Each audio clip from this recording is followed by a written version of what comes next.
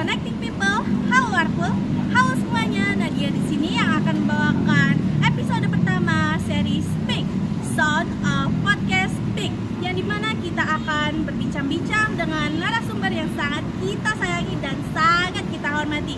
Nah, pada episode pertama ini kami akan membahas mengenai hari yang spesial, yaitu Hari Guru yang bertepatan pada tanggal 25 November 2024. Hari Guru adalah hari untuk menunjukkan penghargaan kepada guru yang telah mengajarkan kita tentang banyak hal, bukan hanya tentang menulis, membaca, ataupun menghitung, tetapi yang telah mengajarkan kita tentang kehidupan, nilai moral, dan juga tentang ketakwaan.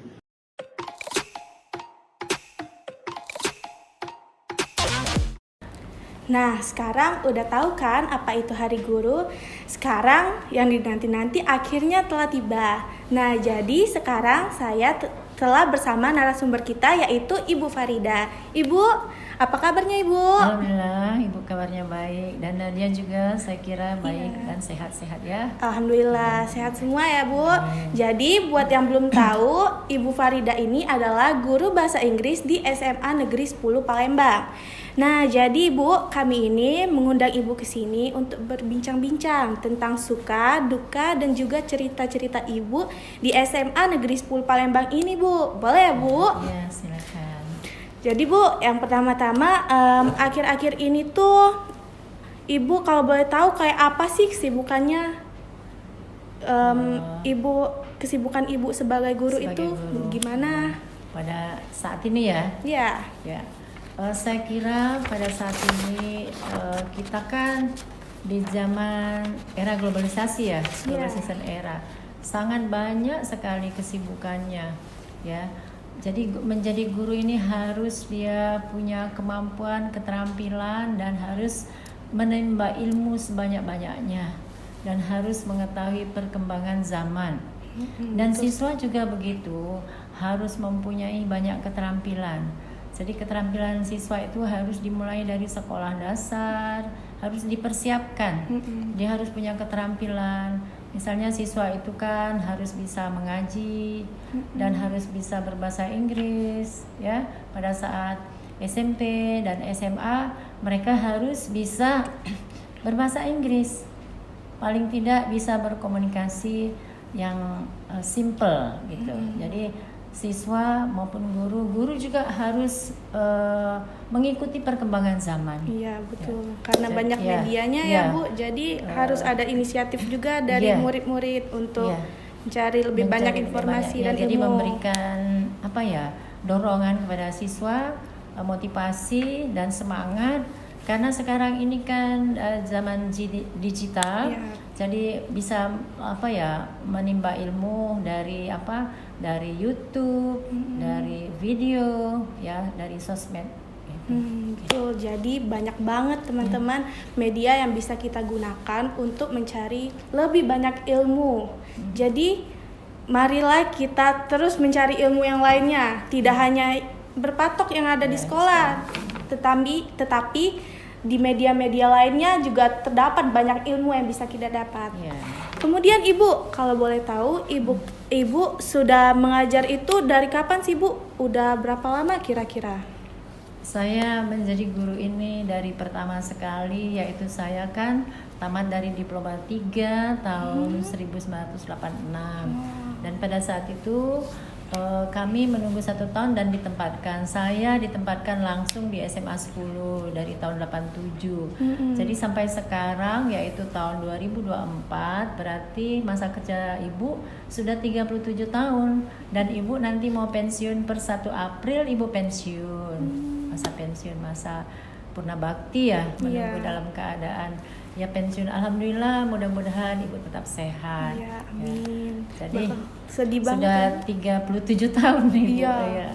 Apa itu mendharma baktikan ya, ilmu dan juga tenaga untuk mendidik siswa. Sudah banyak sekali siswa-siswa yang sudah berhasil, Ibu kira sudah ribuan saya kira. Ya. sudah lama Iya, sekali sudah ya Bu. lama, iya. Bahkan sebelum saya lahir ya Iya, Bu. tahun Bakal 87. sedih banget kalau Jadi ya Ibu ini dari tahun, kalau dihitung masa ya, dari sudah 4 periode kan? Iya. Dari tahun 90 ya, 2010, 2010 dan 2020. Jadi 4 periode, jadi sampai masuk ya 4 periode ya. Dari zaman tahun 80-an, 87, 90 lah Ibu hitung gitu. Iya, benar. Jadi banyak sekali yang Ibu dapatkan. Jadi pengalaman itu sangat berharga sekali. Ibu senang di tengah-tengah siswa, Ibu kan terjun langsung mengajar di kelas. Jadi bukan Ibu di kantor atau misalnya sebagai apa. Memang Ibu tidak menjadi sebagai apa. Jadi Ibu khusus untuk mengajar ke kelas gitu. Betul. Ya, iya. Ya, kemudian Bu, Ibu kan sudah lama banget ya Bu mengajar. Ibu itu terinspirasi untuk menjadi guru itu dari mana Bu? Atau apa sih yang memotivasi Ibu untuk Ibu ingin menjadi guru mengajar murid-murid? Ya, Ibu dulu pada saat SMA ikut kakak sepupu, dia itu guru SMA Negeri 1 Prabu Muli. Ibu SMA-nya dari SMA Negeri 1 Prabu Muli. Jadi terinspirasi dari kakak, melihat dia mengajar, panggilan batin. Kira-kira kalau menjadi guru tuh sangat merasa puas, merasa senang bersama anak-anak gitu, bersama siswa. Karena kalau kita memberikan ilmu, memberikan pelajaran dan juga karakter siswa, misalnya menasihati siswa, rasanya kita senang sekali. Gitu. Jadi sudah panggilan ya sepertinya. Padahal dulu Ibu pernah melamar mau bekerja di salah satu bank, tapi lebih baik memilih menjadi guru. Ya. Karena memang dari keinginan diri Ibu sendiri ya Bu. Tidak paksaan dari siapapun. Terus Bu, kalau jadi guru kan Bu pasti sulit ya, karena ketemu banyak karakter murid siswa-siswi ya Bu. Nah, Ibu di posisi itu Ibu pernah merasa jenuh nggak sih Bu menjadi seorang guru? Ya, kalau Ibu merasa jenuh tidak, tapi Ibu berusaha untuk mengerti setiap karakter dan pribadi siswa. Misalnya kalau saya menghadapi siswa yang misalnya agak tidak mau belajar, malas, Ibu langsung misalnya untuk mengetahui latar belakang kehidupannya. Jadi kalau sudah tahu latar belakang kehidupannya, dengan dia belajar di sekolah, kita kan bisa tahu anak yang terlambat, kenapa dia terlambat. Kalau kita tahu latar belakang, kadang sudah kita tanya, kita berbicara, dipanggil 4 mata, kita tahu, Bu, saya terlambat karena saya menemani ibu saya berbelanja pagi-pagi ke pasar dulu. Nah, baru saya tahu. Gitu. Kadang-kadang anak itu dia ngantuk misalnya kan, kadang-kadang ya sambil kerja. Ada juga dia itu misalnya anak itu kadang-kadang dia pengaruh dari rumah tangga juga. Ada juga anak yang misalnya orang ibu bapaknya pisah misalnya ya, itu ada pengaruh dengan ininya belajarnya. Ya, ada pengaruh. Kadang-kadang siswanya suka melamun. Jadi harus mengetahui. Jadi guru itu harus lebih lebih perhatian kepada siswanya, tidak memberikan ilmu saja, tapi dia harus tahu latar belakang siswanya, kenapa siswa misalnya berbuat begitu. Jadi tidak langsung memutuskan menjudge siswa, misalnya dia malas, kita langsung misalnya ini tidak, tapi kita harus ada tekniknya dengan cara pendekatan untuk mengetahui, ditanya keluarganya, saudara-saudaranya begitu. Kalau misalnya sudah dia tidak, misalnya sudah beberapa kali melakukan hal, misalnya tidak masuk sekolah, secara pendekatan orang tuanya dipanggil gitu. Jadi kalau sudah berkali-kali kita buat perjanjian gitu. Nah, jadi dengan cara begitu. Jadi mencari tahu latar belakangnya dulu ya Bu. Ya, untuk mengetahui dia, supaya dia senang dengan pelajaran, kan ada pengaruh juga. Iya, berbicara dari hati ke hati. Iya, betul. Iya. Nah, terus Bu, dari beberapa tahun kan Ibu sudah lama banget mengajar. Jadi kalau di SMA Negeri 10 ini kira-kira apa aja sih Ibu suka, duka ataupun hal-hal yang pernah Ibu rasakan, yang Ibu rasakan selama mengajar? Kalau duka tuh rasanya tidak ada. Karena saya dari rumah tuh ya senang menghadapi siswa. Jadi paling tidak saya dari rumah harus sudah memanage waktu. Misalnya kalau saya hari ini harus mengajar di kelas ini, saya harus mengetahui betul siswa-siswa yang saya ajar, ya. Apalagi kalau sekarang kan jumlah siswanya lebih banyak. Siswanya kan di SMA 10 ini kan jumlahnya sampai ribuan. Nah, kalau dulu kan sedikit. Kalau sekarang kan sampai berapa kelas dia? Sampai 14 kelas kali 3 kan? 42 kelas ya? Iya kan? Sekitar itu ada 12, sekitar 40 kelas kan? Nah, jadi kalau dulu sedikit cuma 4 kelas, cuma 12 kelas. Nah, kalau sekarang kan lebih banyak. Jadi itu tadi siswa ini pengaruh sekarang di zaman dari tahun 2000-an, Ibu kira pengaruh cellular phone yaitu HP ini sangat besar sekali.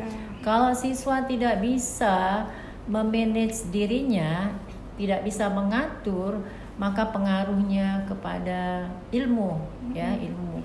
Setelah itu dia harus juga siswa ini dari rumah itu dia harus ditanamkan ilmu agama. Jadi iman dan takwa itu paling dasar. Jadi pengaruhnya orang tua sangat berpengaruh sekali pada pendidikan dasar anak. Jadi dia harus ada modal ilmu agama.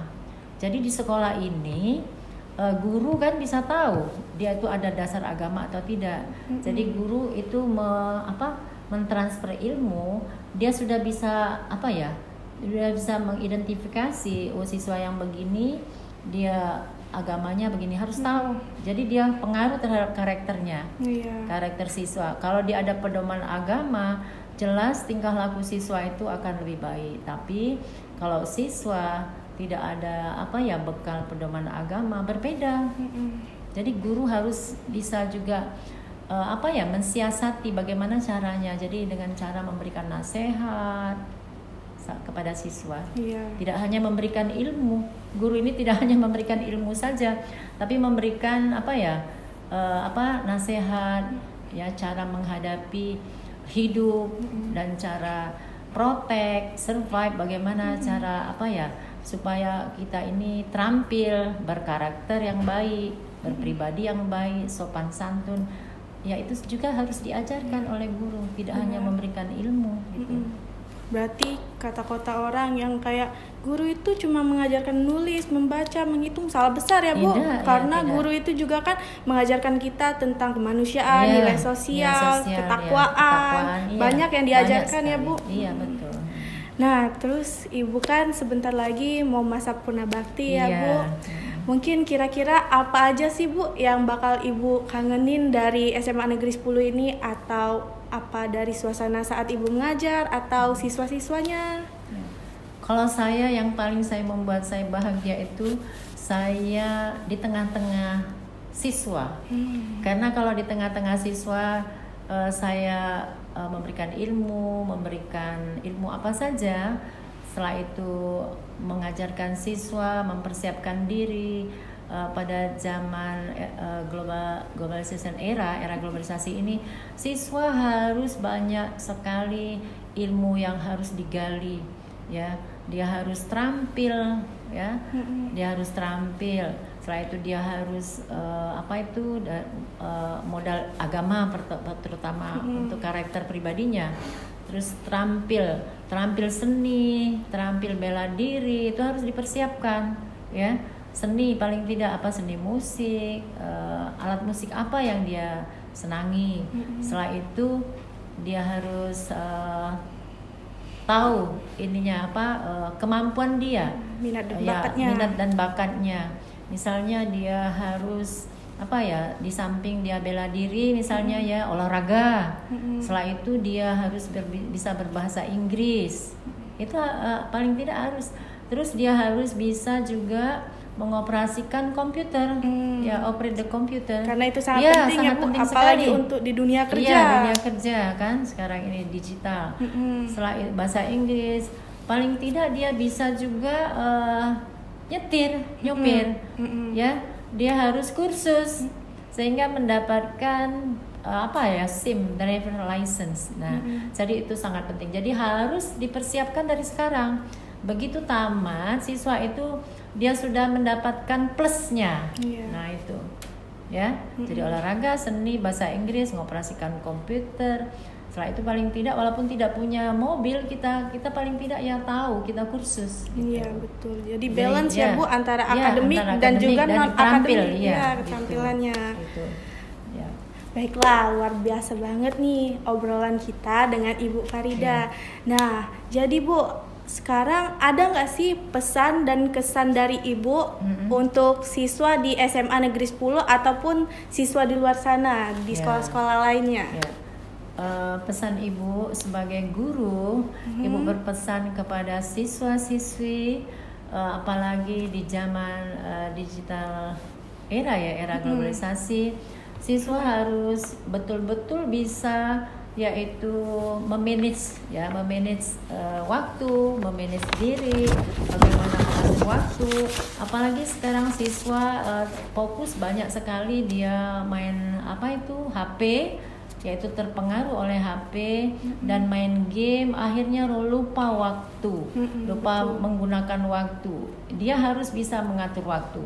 Kapan waktu yang tepat digunakan untuk belajar, kapan dia untuk main, kapan dia untuk beribadah, kapan dia harus melakukan membantu orang tua, kapan dia harus mengembangkan diri. Itu memang betul-betul setiap hari daily activity itu harus betul-betul di manage, harus betul-betul diatur. Kalau tidak bisa mengatur waktu, maka siswa itu tidak bisa memprotek atau survive dengan kehidupan lingkungan zaman sekarang, yaitu zaman era globalisasi. Maka mereka akan ketinggalan, ya, karena mereka tidak mempunyai ilmu, bekal diri. Nah, itu harus dipersiapkan semuanya. Iya, betul. Jadi berdasarkan cerita dari Ibu Farida, kesan, pesan dan pengalamannya mungkin bisa membuka mata untuk semua orang yang bercita-cita ingin menjadi guru untuk kedepannya. Nah, juga Bu, ada sedikit oleh-oleh dari kami. Oh ya. Ini Bu. Ya. Terima kasih. Terima kasih ya Ibu Farida. Senang banget teman-teman. Hari ini kita bisa berbicara dengan Ibu Farida. Terima kasih ya Bu atas ilmu-ilmu yang telah Ibu berikan selama ini. Semoga berkah. Semoga bermanfaat untuk kita semua. Amin ya rabbal alamin. Semoga Ibu bisa menikmati masa penambaktannya. Doain Ibu tetap sehat tetap bisa beraktivitas. Oke, amin. Amin. Terima kasih semuanya. Oke teman-teman, senang sekali karena pada episode pertama Speaks ini kita dapat bincang-bincang dengan Ibu Farida. Terima kasih untuk semua guru yang telah memberikan ilmu kepada murid-muridnya. Juga terima kasih untuk teman-teman yang sudah menonton video ini sampai akhir. Saya akhiri dengan Semampul Bersuara, Smegers Bercerita. Terima kasih.